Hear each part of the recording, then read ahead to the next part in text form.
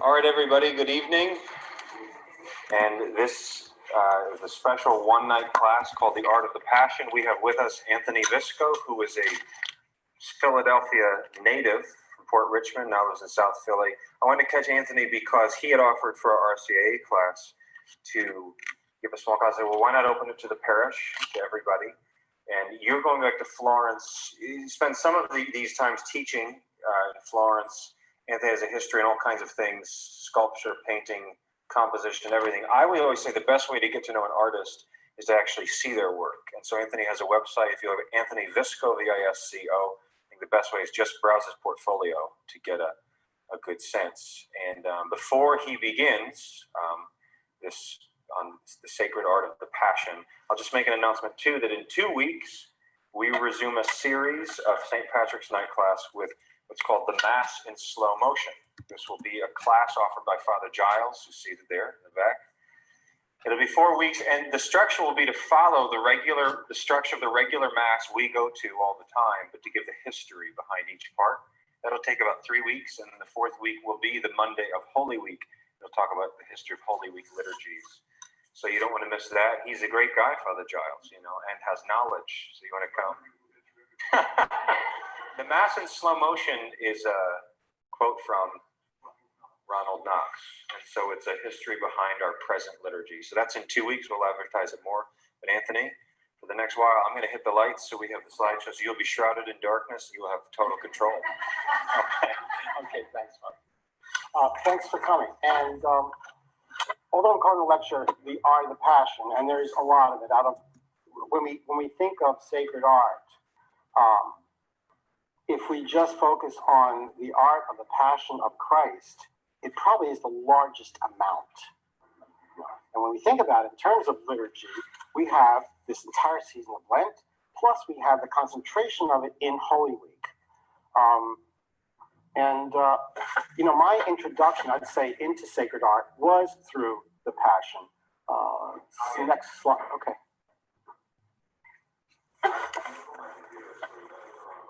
Okay. So we're doing, all right, yeah. Oh, this is Moses. Moses separating the Red Sea. Right, Father? All right, this is the actual, so this is the symbol for two things. The Franciscans, right? The symbol for the Franciscans and the Knights of the Holy Sepulchre as we approach the Via Dolorosa in Jerusalem. My introduction, I'd say, into this is not only being brought up in the Catholic Church and seeing all the statues and stained glass and things like that, but the big event was the New York World's Fair. I'm still in high school, and the Vatican next has agreed to send to New York Michelangelo's Pietà. Yes, next. Okay, and they put it in a wooden box. Never going to happen again. Next. All right, with styrofoam, these new things, styrofoam pebbles things. Okay, next. So this was the display. It sat by itself behind glass with 3 moving ramps. Father Giles, did you see this at the New York World's Fair? Yeah, so you could see a little better than me. I was short. Okay, next. And it was surrounded in blue light. And the 3 moving ramps were fast, slower, slowest, and then the 4th was stationary, but you had all these moving people in front of you, so you really couldn't get it. Anyway, next. So I decided I got to do this drawing. Now, it's getting published, wouldn't happen today, in every Sunday magazine bulletin, the cover story, the Pietà comes to America. And this is just about the time I'm getting portfolio together for college. So I put this in my portfolio. Next. And needless to say, I was put on probation immediately. And they explained to me that I had this thing called native skills. It was the word in the 60s for talent. And that my arm belonged to another period in time and space. It was a birth accident. But it will teach you how to get over this. So by my second year of school, this was my work. All right, next. Then by my 3rd and 4th year, this is my work. Okay, it's still happening, folks, by the way. I mean, those of you who teach in art school will testify. It's still happening. Joe's smiling. Right, Joe? Yeah, okay. So for this nonsense, I got a Fulbright. And one of my teachers said, I think you should go to Florence. I don't know anything about Florence. Next. And so I went for a year, and it was a life-changing experience, because what happened was, as I walked into these different churches and saw these things in situ, taken out of the art history books, right, which had sterilized them, took away everything. And you walk into Santa Maria Novella and you see Musacchio's Trinity painting. What's erased is the votive candles, the flowers, the prie-dieu, the old lady kneeling in front of it. That these things that I had studied in art history, as they go from Giotto to Jackson Pollock in 2 weeks, they were still alive and well. So it sort of reignited this interest that I had as a kid to do sacred art. Next one. So I decided before it gets bad, I have to learn how to draw again. So I do things like go to the Medici tombs and just start from scratch, without anything. Next. And within a year, I was able to broke every rule in the books, as it were, from my teachers. Don't ever put anything in the middle. Don't ever do this. Don't ever do that. And start to do research and signs and symbols of Christian art, and came up with this resurrection figure. Okay, next. Now, some years passed, and just worked in the studio every day. And then, I'd say 10 years after graduation, I was approached by Old St. Joseph's to do a set of Stations of the Cross. Okay, now, because this was what we did then, I really sort of fell out. And after Vatican II, because I was brought up in the Latin tradition, and Novus Ordo just threw me off completely. So I really stopped attending masses and withdrew completely for about 10 years. With the commission, however, I thought, they're going to figure this out, that I don't know what I'm doing. Go ahead, Father, next. But I wanted to do it, and I thought I could really, really, really get to do what I always wanted to do. But I wanted to get more about the history of the Stations of the Cross. It wasn't enough. I'd grown up with them, but I thought this is an opportunity to do a little bit more. Next. And I've done them 4 times already. Thank God. It's been wonderful, each and every set. I've got 2 more already done in drawings. Nobody wants them yet, but who knows? It could happen, right? Be prepared. Most ready goes. Next. And when I think one of the priests, this was for the Jesuits, he said, yeah, well, I have a Franciscan friend for the dedication. And I said, why can't you guys do it? What do you need a Franciscan for? He said, because it's a Franciscan tradition. It's a Franciscan devotion. It comes from St. Francis of Assisi. That started a whole series of research. How did it happen? Where did it come from? On and on and on. Next. And I thought, let me start with the cross of San Damiano, the cross that spoke to St. Francis. And as I started to research more and more, and this is before Google, so it wasn't that easy. Next.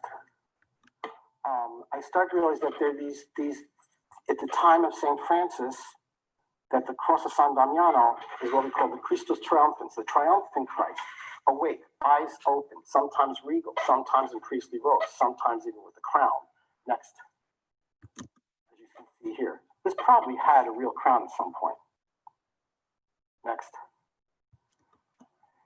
And of course, you can start to see the other stations appearing, combined with the cross itself, these painted crosses.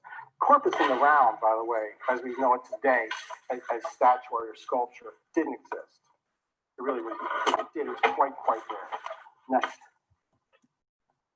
Again, arms outstretched, eyes open. The triumphant Christ. After St. Francis and Franciscan spirituality, we see a dramatic change, in particular the cross of Cimabue, which the Franciscans commissioned for the Church of Santa Croce in Florence. Next. And the body is now Christus Patient, the long-suffering Christ. gravity takes over. There's more anatomical articulation. And the focus on the flesh of the incarnation becomes very, very central to Franciscan spirituality. And this is the cross of Cimabue, which unfortunately we have it, but not like this anymore. It got destroyed in the flood. Next.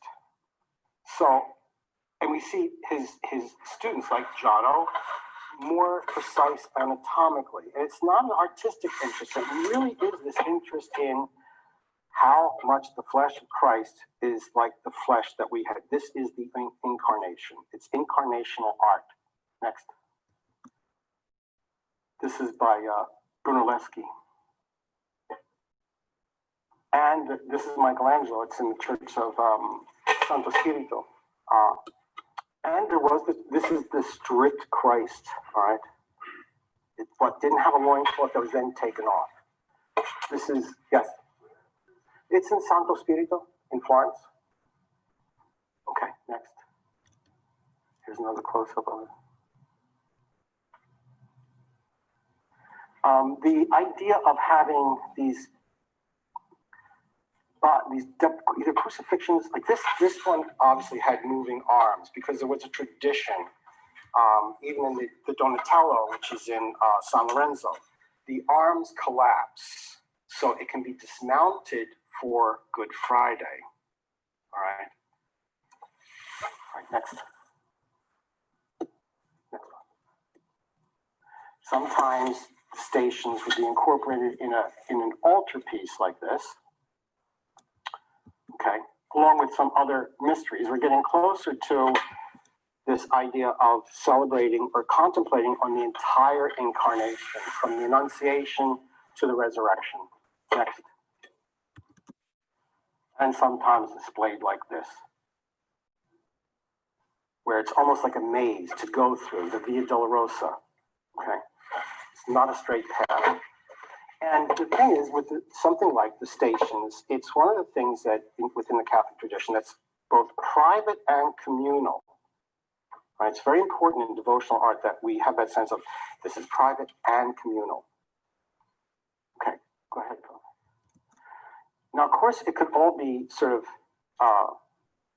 you can get the essence of it by just symbols of the Passion, combined, all simultaneous instead of being episodic, either with Christ or like this other one where we have, the ewer and the pitcher and the hammer and the pincers, the dice, the nails, 30 pieces of silver, the limp hand for the slaps, the whips for the flagellation, on, the rooster for St. Peter. Okay, next one. I'm not seeing this too much. It can be done. There's no reason why this can't be done today. Okay, next one.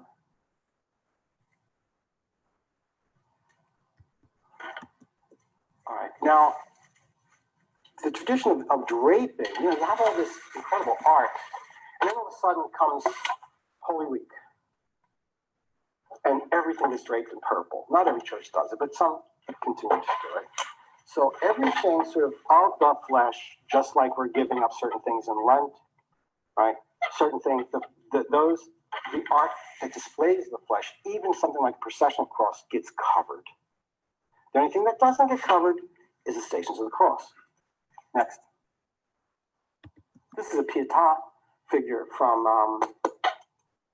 Paul's on Christmas Street. I don't know if they cover them anymore, but they did then. And another tradition is the use of decorative palm.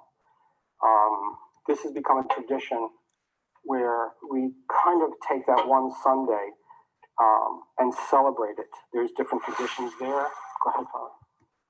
And making it as the most elaborate palm you can for Christ's entry into Jerusalem.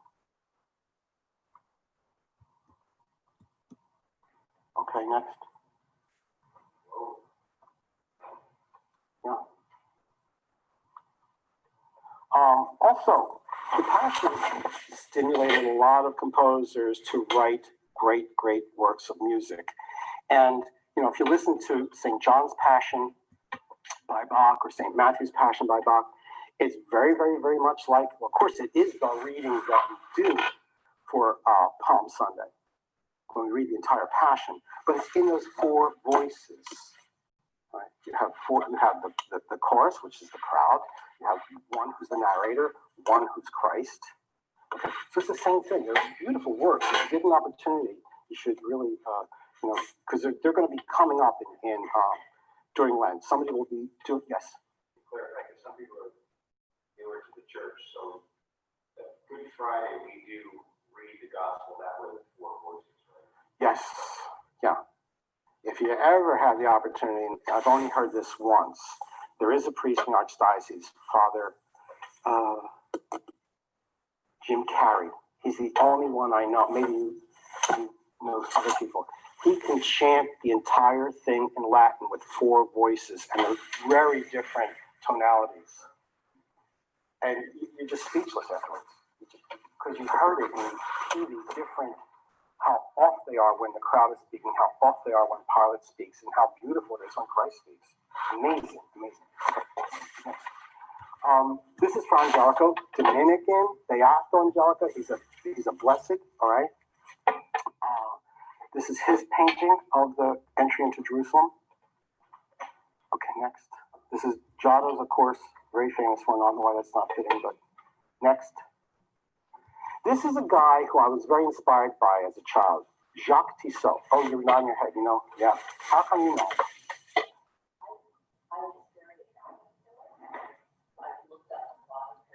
Yeah. Another total conversion experience. He was a society painter in Paris. He knew Degas, right? They're buddies. And he just had this conversion experience to go to Jerusalem. He lived the rest of his life there practically. He did more illustrations of both the Old and New Testament than anybody I know. My mother bought my dad a new Bible for his 40th birthday, and it had all these Tissot illustrations. So I grew up with Jacques Tissot, and I just something very different about the his whole composition. Okay, next. Here's another one of his. So he lived in what was then Palestine for most of his life. Okay, next, Father. This is Blake. Very interesting one. How Christ is so much bigger than the crowd. Of course, he's followed by his disciples and Our Lady. Next. Now, this is where we start to mix different things in the Art of the Passion, where there's sort of, I don't want to say effigy, but it can go, especially in the Spanish school, of this realism work comes in, where there's a real sense of witness to it. We can't get enough by a flat picture. We have to witness it somehow and process with it. Okay, next. This is in Sicily. This is Don Rocco, who can't remember what time. Anyway, he does it, where the priest will get on a donkey, wear red robes. There's another wonderful tradition in the Orthodox Church on Palm Sunday where the aisles are strewn with palm, and the priest walks over them in the role of persona Christi, and then he picks them up. Okay. Sometimes it's done, I've seen it done in the Catholic Church with a monstrance. Not bad. Okay, next. And of course, the washing of the feet. Now, this, I don't consider this necessarily devotional art, but it's part of the Passion and part of the Art of Passion. This is Dürer. Okay, next. This is Tintoretto. By the way, there's a major Tintoretto show coming to DC. Gotta see it. I saw it in Venice. Wasn't it something? Unbelievable. Yeah. Okay, next. So yeah, our traditions are so rich, and particularly during Holy Week, whether they're actual or implied. Actual or implied. And of course, all leading to the Mass of Holy Thursday and the Last Supper. This is Ghirlandaio, one of the two he did. This is at San Marco also, where Fra Angelico was. This is Andrea del Sarto. you start seeing the traditions change from Judas on one side of the other outside the table to on the inside. And this, of course, is the famous Leonardo. By the way, Ross King's book, Da Vinci's Last Supper, is. Have you read that, George? It's the same one that did Brunelleschi's Dome. It's a great book. Great. Okay. And this one that's in DC, if you can find it, because they always seem to move it around too much. This one is by Salvador Dali, but it really is about transubstantiation. It's a very mystical, the way he layered it. Okay. What happened? Oh, all leading to the betrayal. Fra Angelico doesn't have one, but that's okay. Did so much work. Next. And again, the Spanish school, where we really get this sense of witness. Yes, that's St. Peter. It's a big sword for a little ear, isn't it? Okay, next. Then Christ being led away. Judas in behind. St. Peter and the rooster. Amazing. Just two things. That's all you really need. You know the story. I think there's a great sense of when we think of how many parts have to come together for us to know this in Christian art. It's amazing. Sometimes just two things. Okay. The denial of St. Peter.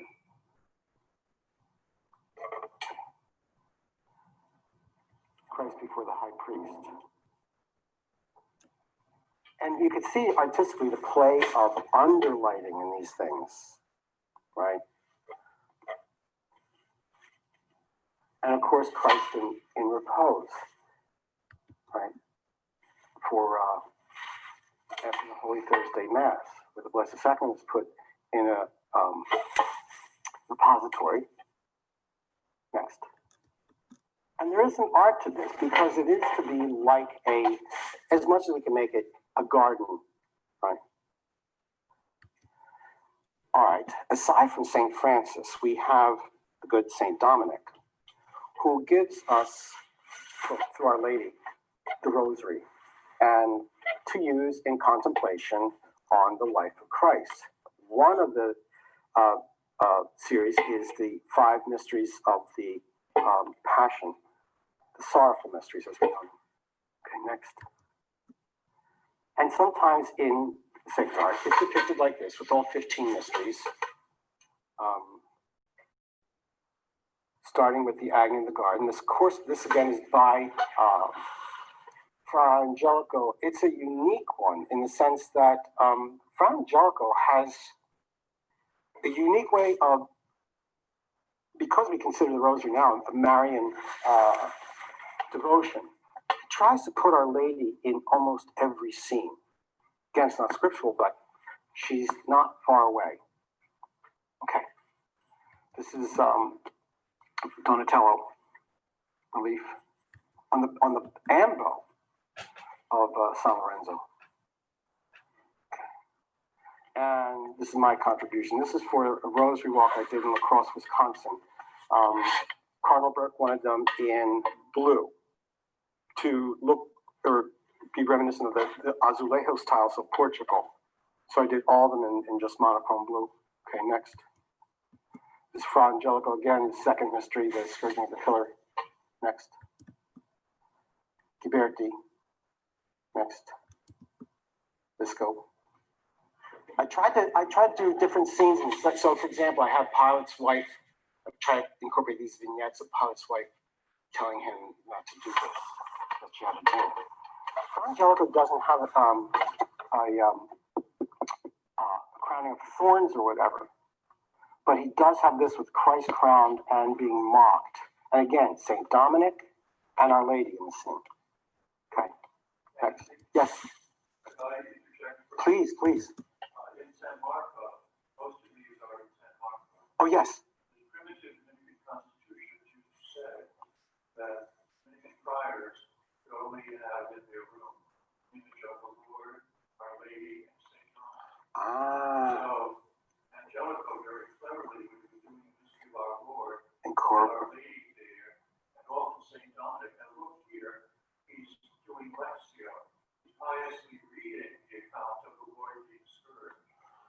Wow, thank you.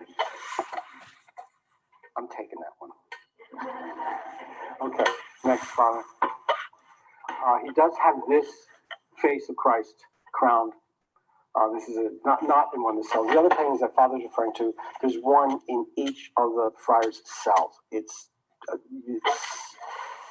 most people I've gone through with they at the end of the tour, they're just speechless. Catholic, non-Catholic. I went with a Jewish friend 2 years ago. He couldn't talk. Okay. Yes. Yeah. Okay. Next. And this is mine again. I incorporated the Ecce Homo scene in the upper panel. Okay. Next. El Greco. So the thing is that the stations and the mysteries can be done separately or together. That's the wonderful thing about this. Like I said before, even when we talk about devotions, could be done, both individually and in communion. Next.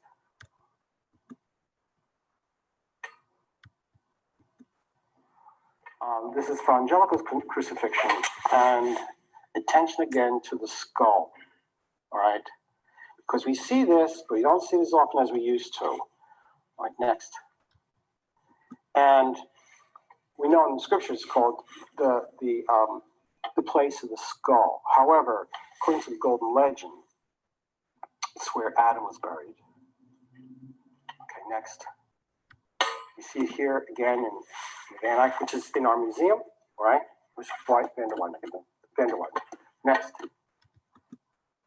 Okay. So the legend, and here's mine.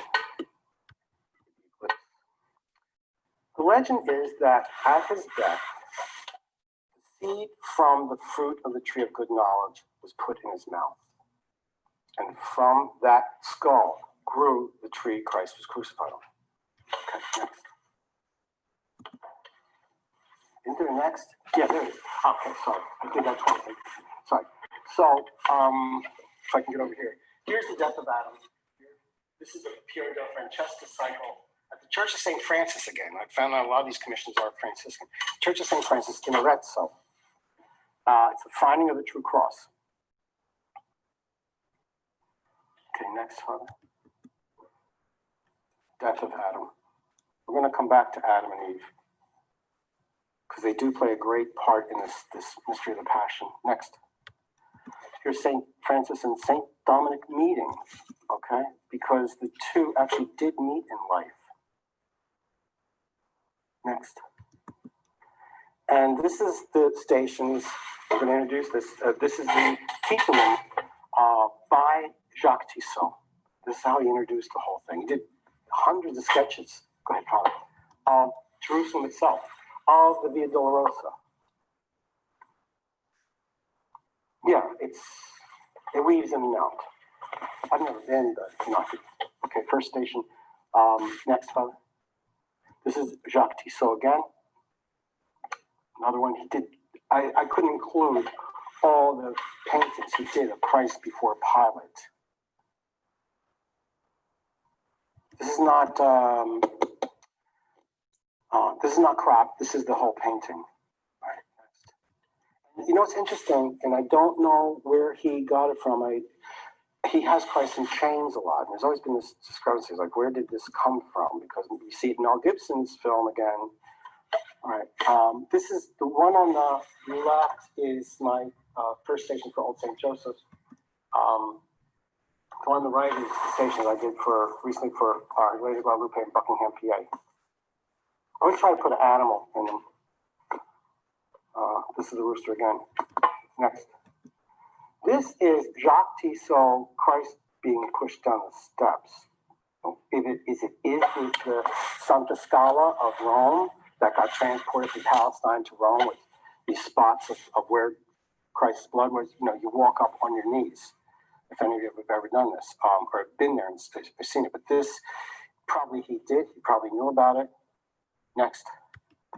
We know that Piero del Francesca, again, also knew about the Santa Scala. And people who figure this out in terms of perspective and geometry. His steps, that you can see next, Father. His steps behind Pilate are the exact number of the Santa Scala. Next. Okay, Christ carrying his cross. This is Tissot, or Christ receiving his cross, excuse me. We don't have a Fra Angelico of that. Okay. Third station, Christ falls the first time.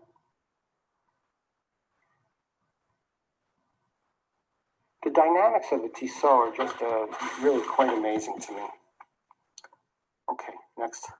And one here is a sketch I did, and the other is the first station, the first fall from the bronze stations I did at Alea de Guadalupe in La Crosse, Wisconsin. These are outdoors. I went the other way because I can really not clog. I can put 50 figures together, and I like it. But I really tried to do the other thing here because I wanted the stations to be read with some sort of immediacy that just by silhouette alone, before you approached it, you knew what it was. And I really want to show the loneliness, of this. Okay. Christ meets his mother. This is unfortunately the site of the fourth station in the Via Dolorosa that's been defaced, but that's the way it is today. In Jerusalem, yeah. This is Fra Angelico again. I could say Christ meets his mother, but now thank you to Father Giles. It's a little bit different, but it's okay. It'll still be Christ meets his mother. And this is the Tissot version of Christ meeting his mother, the St. John Holder. Okay. My two versions. And again, this one gets two animals. It gets sacrificial lamb and the wolf of Rome, the future mother of the church. Okay, next. And of course, again, another Franciscan, Jacopo da Todi, writes this poem, Stabat Mater, which we still sing, okay? We still sing during the Stations of the Cross. And many composers, this is just four of them, many composers took that text and put it to music at the cross your station keeping. Yeah, yeah. That's it. Oh, these are all different versions. Oh yeah, I like the Pergolesi the best. Yeah, there it is. Pergolesi, love it. Okay, next. And this is in Jerusalem again, the fifth station of Simon Cyrene. Next, Father. Did I show that one before? Okay. This is blue enamel. This is a beautiful series. And these are my two versions. Okay, 6 St. Veronica. That is the sign or the numerical whatever for the spot of Church of St. Veronica in Jerusalem. Next. Now, Fra Angelico, this is a comparison that he didn't do, but others have done, where they take two faces of Fra Angelico's paintings, and they superimpose the Montepello, the veil of Montepello, which some consider the true veil of Veronica. And they look at the proportions and they say, gee, that is terribly close. Okay, next. The left is the so-called veil of Montepello, and of course the one on the right is a Byzantine icon of the veil. The devotion to the Holy Face really increases, of course. It's not in the Station of the Cross, but we have not only do we have the Station of the Cross, we have a separate devotion to the Holy Face. Next.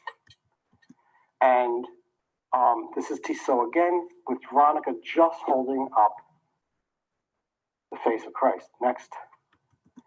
Now, in 19th century France, the devotion to the Holy Face becomes very, very strong. Next. And that is why Thérèse of Lisieux, although she gets called here the Little Flower, her real name is Saint Therese of the Child Jesus of the Holy Face. And you can see the same devotion here. Her family Her mother, father, and her other four sisters were all in the confraternity. So this was something that they would do at home and together in church. Okay, I forget when, but I got commissioned to do a altarpiece reliquary to Saint Therese and the Martin family. They hadn't been canonized yet. And the pastor said, oh, just do a family scene. Yeah. So I said, okay, fine. So next, I decided to do the Holy Face, next Father, triptych with them all together. And now the bottom part has been, because he did get relics of her parents after they got, first they were beatified, then were canonized, so it's become a reliquary side altar now. I got an opportunity again with the Sisters of the Holy Family of Nazareth, because they wanted me to do a memorial to the 11 Blessed of Novogrodek, who had been, gave their lives up to the Nazis to save these Polish families. Because they drowned, they said, all the men and firstborn are going to get killed. And the sisters said, we'll offer our lives if you save them.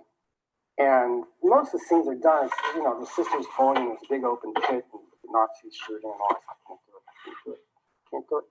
So I thought, well, let's do them where they are now in the Beatific Vision.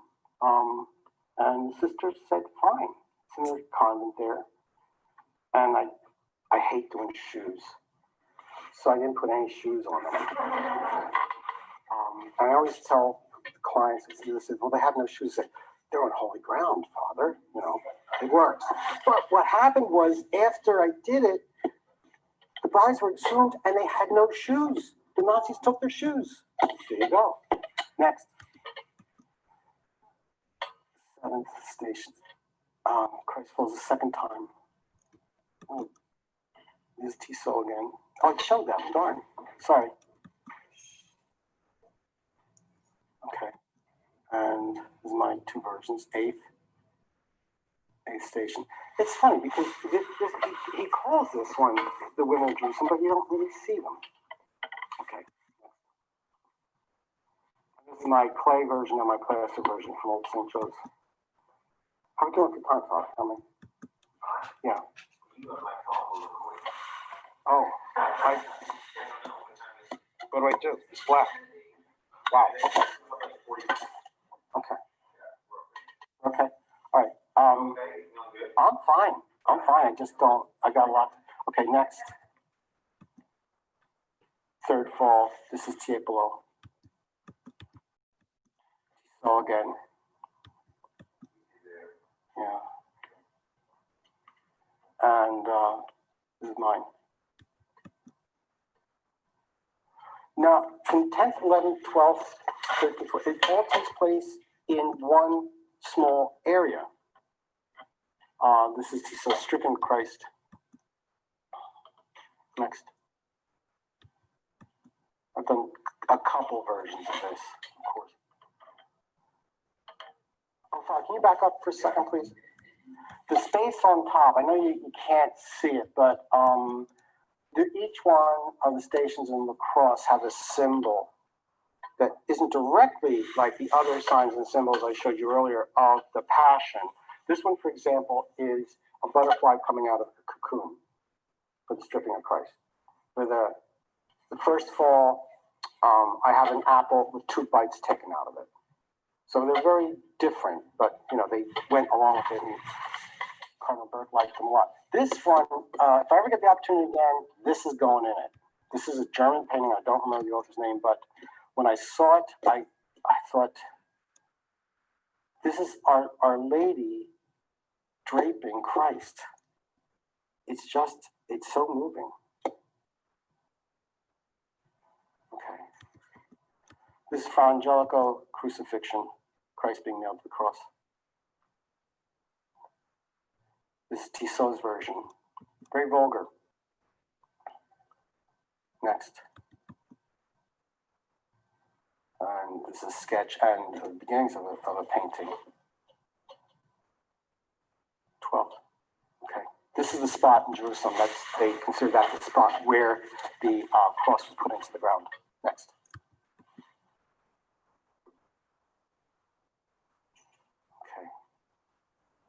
This is one of many of Tissot's crucifixion paintings, with all the prophets of the Old Testament surrounding Christ on the cross. Right? You know, I mean, there's still room for a lot of invention here with artists. We really need to sort of have this. Okay, next. This is Tissot's version of the view of Christ on the cross looking. I think maybe Mel Gibson borrowed this one too, for that one scene. Oh, no, back up, I'm sorry.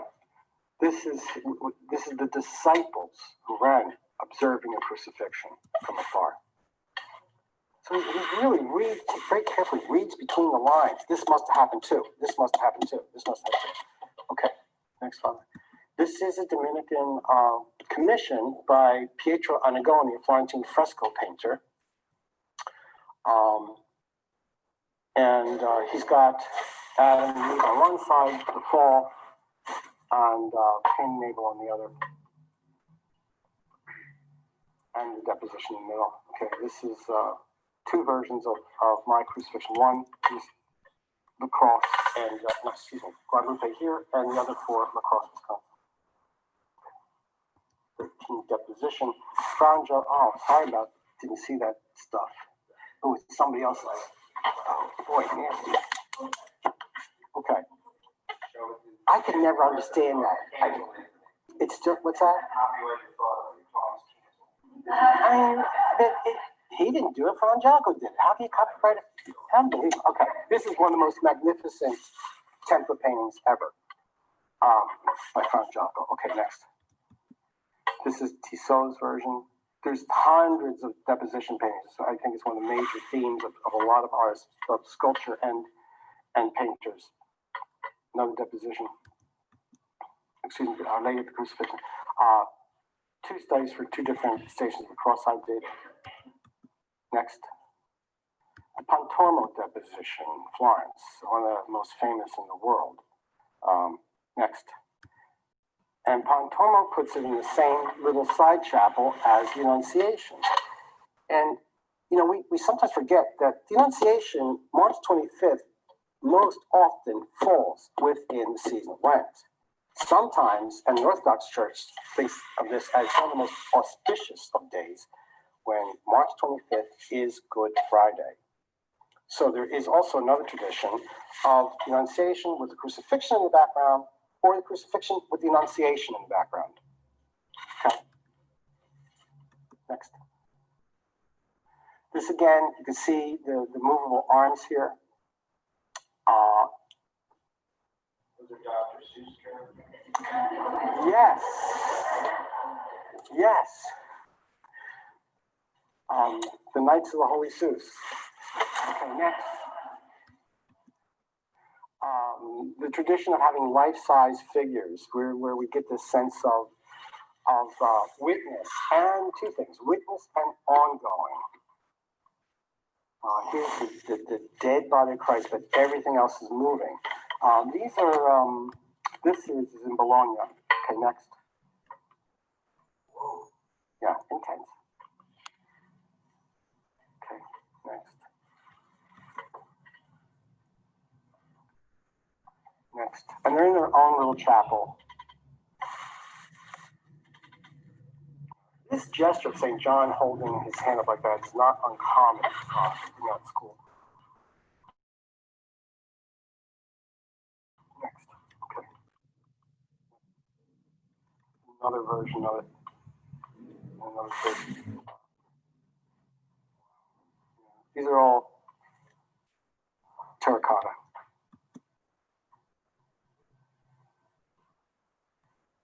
Next. So it's always these two things, the passion of Christ and the compassion of the others, especially Our Lady. Next. Of course, there's nothing that we know that demonstrates that compassion more than Michelangelo's Pietà. Next. And Michelangelo keeps the tradition. We see it in Bellini paintings, we see a lot in Michelangelo. Our Lady never touches the actual flesh. There's always the veil between it. You know. Next. Next. Okay. This is the site of the Holy Sepulchre in Jerusalem. Very, very tiny, tiny space that you really have to crawl into. Next. And then once you're in, there's the supposed tomb. Okay, next. There's the Fra Angelico version. So taken to the entombment. Okay. No, he also has Caiaphas in front of Pilate. He did so many of these. Next. Again, for the cross stations, I wanted to keep them simple. I just, and because it's Our Lady of Guadalupe, I wanted to keep them as Marian as I could. Next. There became a tradition, just like the life-size figures, of our viewing Christ. We participate in this painting, that we are at the feet of Christ. Okay? Next. Figures Montaigne. Next. And San Severio, Naples, where this incredible life-size marble of the veiled Christ, next, constantly attracts tourists. I've never seen it in person. You've seen it? Yeah. Ellie, you seen that? Yeah. Cristo Velato. Ellie's from Naples. Oh, really? George, did you see it too? Okay. Yeah. Next. Next. Beautiful. And here's the line. Okay. And, and we have another within the Passion of Christ. Like I said before, we have the Compassion of Mary. We have Our Lady of Sorrows, Mater Dolorosa, right? The 7 Sorrows of Our Lady. Next. Sometimes they're done all together like this in episodes. Of course, they include, 5 sorrowful mysteries, but they also include 2 joyful mysteries, right? This gets confusing sometimes.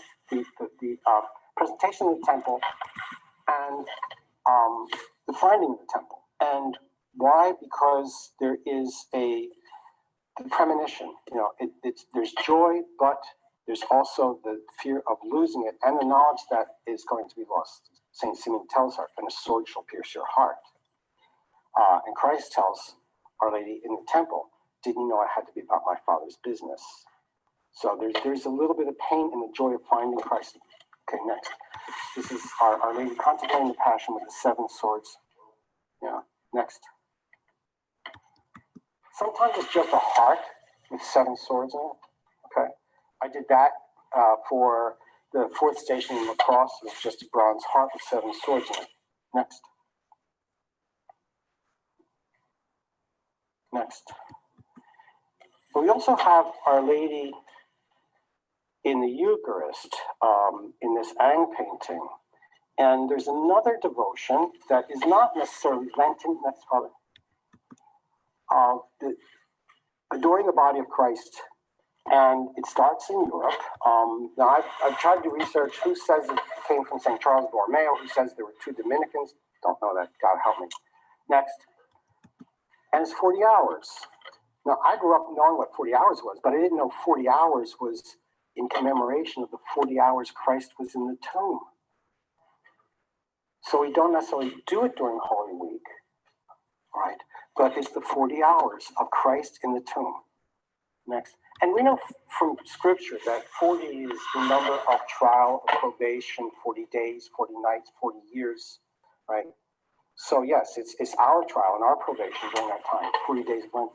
Okay, this is another tradition of the Passion, which is Christ in the wine press. Okay, next. Yes, yes. Next. Yep. Next. Now this one, I don't know which pope that represents, but it's Christ in the wine press and Eucharist. The hosts come out, not wine, but hosts. And it sort of is this idea, okay, that we receive both forms. Okay, here's another interesting one. Christ in the wine press with the blood refreshing the souls in purgatory. Next. This is another tradition, again, where the realism comes in. Christ wrote in prison. This is another Holy Thursday tradition. Next. This is the corpus I did for Guadalupe in Buckingham. This is you. This is me. Yeah, I didn't carve it. I had it carved in Italy. I did all the drawings for it, and they were pretty good. They followed my measurements pretty well. And then I painted it here. I didn't carve it. No, I painted it. I designed. Okay, I did the original, which was a painted version. George knows about, Brooks knows about. And then they changed it to a three-dimensional version. So it was my first attempt to polychrome something this realistically. And yeah, okay. But this tradition, again, of having a corpus for veneration on Good Friday is a long-standing tradition. And of course, this is Holy Week in Spain, either Malaga or Seville, Toledo, where they process these different figures through the streets, and they've worn these habits for years. They mostly do it. They do it one to identify the guild that they're in, and number two, because of anonymity. It's considered, I'm doing this. I don't want anybody to know I'm doing this. I don't want anybody to give me credit for doing this. I do this voluntarily. Okay. Now, for years even in a place like Florence, you know, the Misericordia, when they came to pick you up in an ambulance, these guys were completely covered in black. Just two little holes here. Because they wanted to do it as a corporal work of mercy. They wanted no credit. So, next. Yeah. So, realism, the actual and implied aspects of the Passion still are quite alive and well. Next. These are scenes from 19th century Passion plays. Next. The thing about photograph is it's always of that time. It's always a memento. Whereas painting and sculpture is ongoing. Next. Sometimes the participants, you know, they're not carrying statues, they are taking on the roles. Next. In different Passion plays and processions throughout the world. Next. There's another Christ we don't see portrayed that often in our devotions. I don't know why, but it's what we call the Cristo di Sabato Santo, Christ of Holy Saturday. Next. This is more common during that period. This was more common than the crucifix itself, especially in northern Italy, where it's Christ half with eyes half opened, still half submerged. There's St. Francis inside there. Next. Okay, this is doing in the baptistry, baptistry in Florence. Next. Ghirlandaio. Very, very common theme. Donatello. Next. This is Fra Angelico's version. And this is the little tabernacle door in the chapel of Cosimo de' Medici, because Cosimo would go to the Dominicans, and he would be given a little room where he could stay and meditate and pray, have mass in this little cell of his. Next. Fra Angelico puts it, there's the little tabernacle door, and in the background he paints the Magi. And what I love about this kind of art is all these mixtures and crossovers, because we remember that the three gifts, the myrrh was used for the burial, right? This is the coffin lid on the left of Saint Rita of Cascia. It's modern research has sort of shown that Saint Rita, although unfortunately she didn't get canonized until 1900, so she's got all that kind of 19th century, 1900 art and she's receiving this not in front of the crucifix. Not necessarily so. Modern research says she received it in front of a fresco of Christ of Holy Saturday. So when I was commissioned to do the work for the shrine down on Broad Street, I took the image and I did a bronze relief. I tried to keep it flat with no perspective at all. Okay, next slide. And people really do this almost every day. The hands are pretty much just bare bronze or bare, there's no patina on them anymore. Next. It's this Christ of Holy Saturday and the descent into purgatory that I think I don't know how it got not concentrated on a little bit more when I was growing up. We just said it in the creed and that was it. But to really think about that Christ of Holy Saturday and the descent into purgatory and the freeing of Adam and Eve. I mean, the Greek icons, he's yanking them out. And it's not called the resurrection, it's called the work of the cross. So you see the smashed doors and Christ yanking Adam and Eve out. Next. Here's another version. Here we see still the Italo-Byzantine idea of the doors that Christ smashes down, crushing the devil. This is the Tiepolo version. Beautiful. Next. Another one. Okay, next one. This one I find absolutely unique in that Christ is showing himself crucified to Adam and Eve. And this is a scene from Chicago, the chanting of the Exalted. So you who are catechumens and candidates Holy Saturday night will hear the Exalted.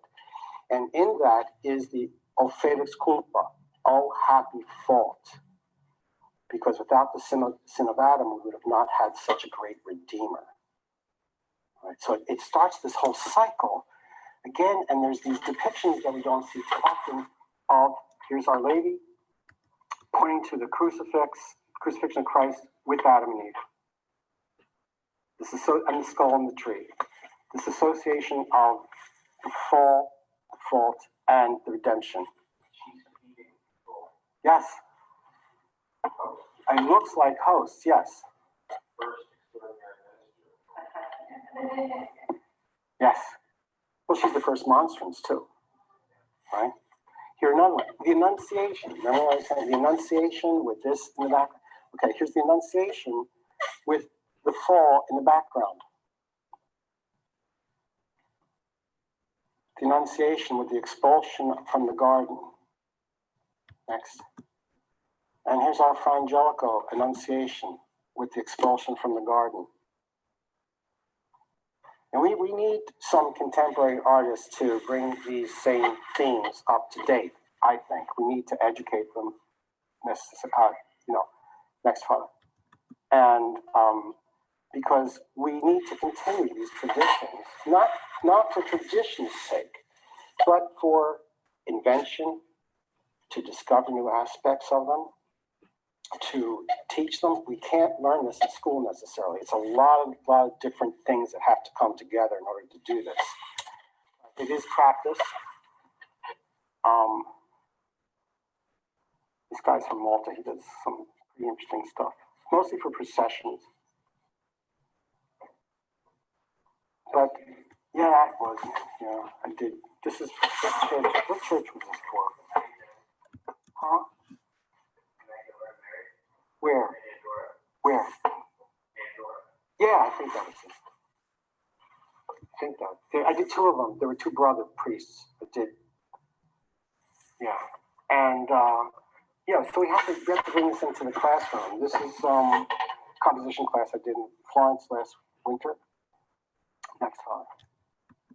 And keep drawing from these different sources and because it's the closest you're going to get to draw from these old masters is really the closest you're going to get to working in their studios. And I'm not saying do copies from them, but somehow in going through that process of drawing and thinking, it's amazing what sort of opens up. It becomes almost meditative.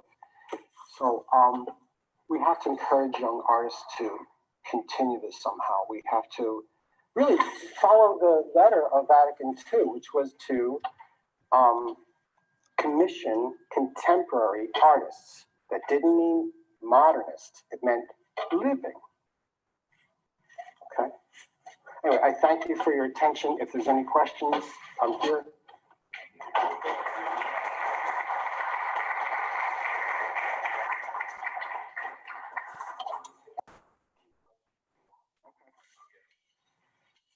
My water.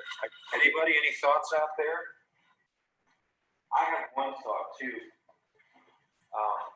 It seems that what began as Christ crowned on the cross, then it was Christ sorrowful, but then it really got into details. So how it began very simple. That's just a thought I picked up on. How it just got more detailed. Well, I think it gets, the more you move away from the simplicity of it, the more you realize there's still the mystery of the Passion. There's layers and layers. And, you know, when you come full circle and you realize, again, like I was saying before, this idea of there's the fall and the Annunciation. What can you say? Because there's I didn't have a picture, but there's a stained glass window in St. Rita Kasha of the expulsion from the garden. Big beautiful stained glass window next to the tip. Yeah, you know. And then in the corner, there's the Immaculate Conception, a medallion, sort of 19th century version of the Immaculate Conception. I'm pretty sure it's like kind of dressed like Our Lady of Lourdes. That was a very dominant theme we see in 19th century after Bernadette, after 1856. We see a lot of Our Lady is represented with Our Lady as Our Lady of Lourdes. So, which is interesting too, because you said, well, wait a minute, that happened in Lourdes in 1856, and here she is in the garden. So that kind of complexity, I think, is what we could bring back. You know, the idea of simultaneity, the idea of two things of different time periods going on at the same time. Excuse me? Yeah, she was one of my students. Yeah.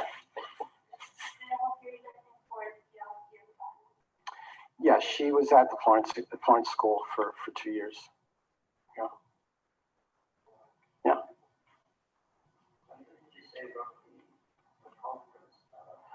Jacopo da Todi. Jacopo da Todi, T-O-D-I. The city Todi is he's a Franciscan from there. Jacopo da Todi. Wrote the Stabat Mater. Yes. I'm not aware of a lot of Eastern art depicting the Passion.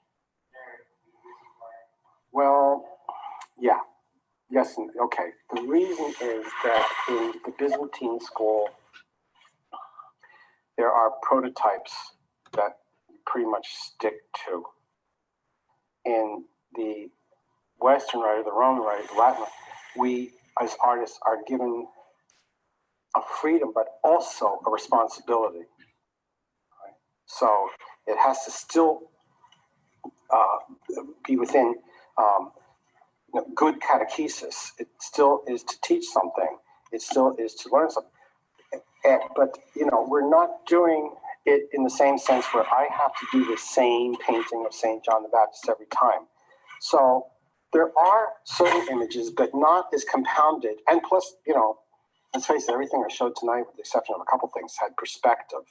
And that is just simply not allowed in the Byzantine icon. And for good reasons. I understand why they don't use it. I respect that. But once we introduced anatomy, actual light and shade, you know, or the imitation of how actual light and shade works on volume, it put it into a more realistic time and space. They're not talking about realistic time and space. They're not talking about space at all. With good intent, that's why the background is gold leafed. It's what we call null space. We actually go back to null space in tenebrism. We replace it with black, the unknown. What time of day is it in the Caravaggio? It happens outside of time and space. Okay. But that's one of the reasons, you know. And they're still, you know, like I said, they're still painting the same icon. Russians made some variation there. You know, yeah. Stations or something like that. No. They do have a beautiful, there's an icon of just Christ in red robe, you know, staring out. It's really, you know, suffering servant to Christ. Yeah, that's a beauty.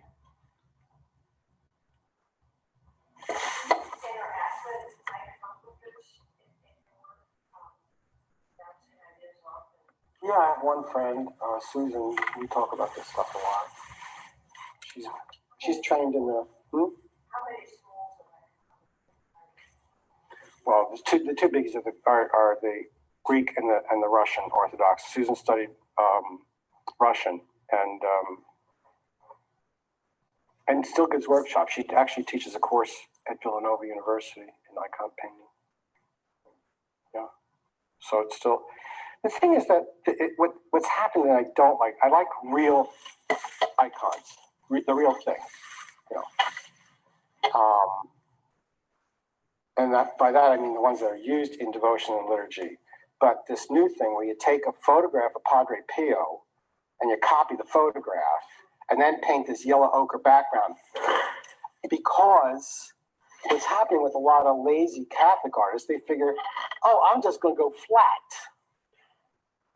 Icons aren't painted to be flat or anything like that. So just putting a gold, ochre, or whatever background on a photo, bad photo repro, no invention. And the other thing is, it's the antithesis of what an icon is supposed to be. It's supposed to show them in their new life, not what they look like on earth, not as the made in the image of God, but in the likeness of God. It's a return to the likeness, image and likeness combined, recombined. As some of the early Desert Fathers will say, at the fall, we maintained the image, but we lost the likeness. So that's why in a lot of Baroque and Renaissance art or Counter-Reformation art, there is this idealized form, because it says they have now regained that likeness. It's symbolic of the likeness that we regained, hopefully. Yes?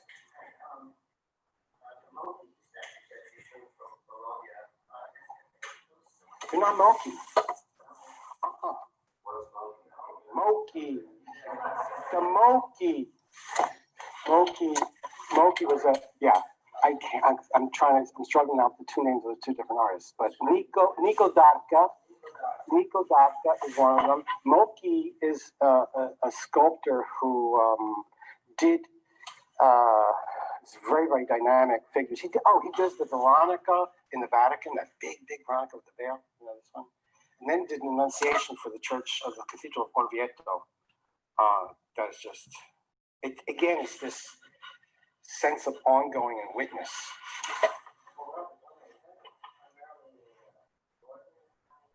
Yeah. Those two are from Bologna. Yes, they're both from Bologna. Yes.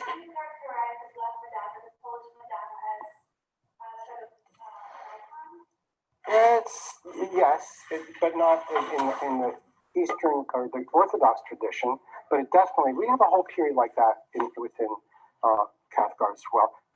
I mean, I don't know what they call it there, but you know, we have this thing called Italo-Byzantine, where we still maintain, like the Byzantine tradition, the painted part, the flesh is flat, the glory is dimensional, this dimensional halo, what they call an oklad, where everything is painted flat, but everything around it is done in repose relief.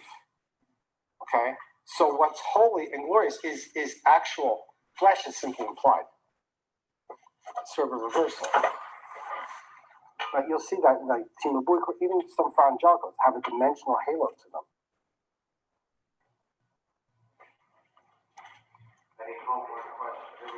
Yes. As much as possible. If it's for specific, site specific, I love it. I like that all the more. Good night. Thank you for coming. If Martin has to go, we may have to all go. I know. Magda, oh my gosh. The Magdalena. Magda, good to see you.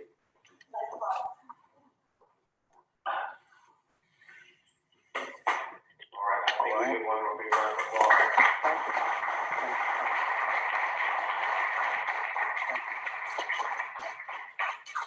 We have fine art food, so we have water, ice, Mmm. Cheetos Ooh. in the back. So if anybody, please say you can, but and talk to Anthony or anyone else. Thanks, everybody. Blessings. Magda.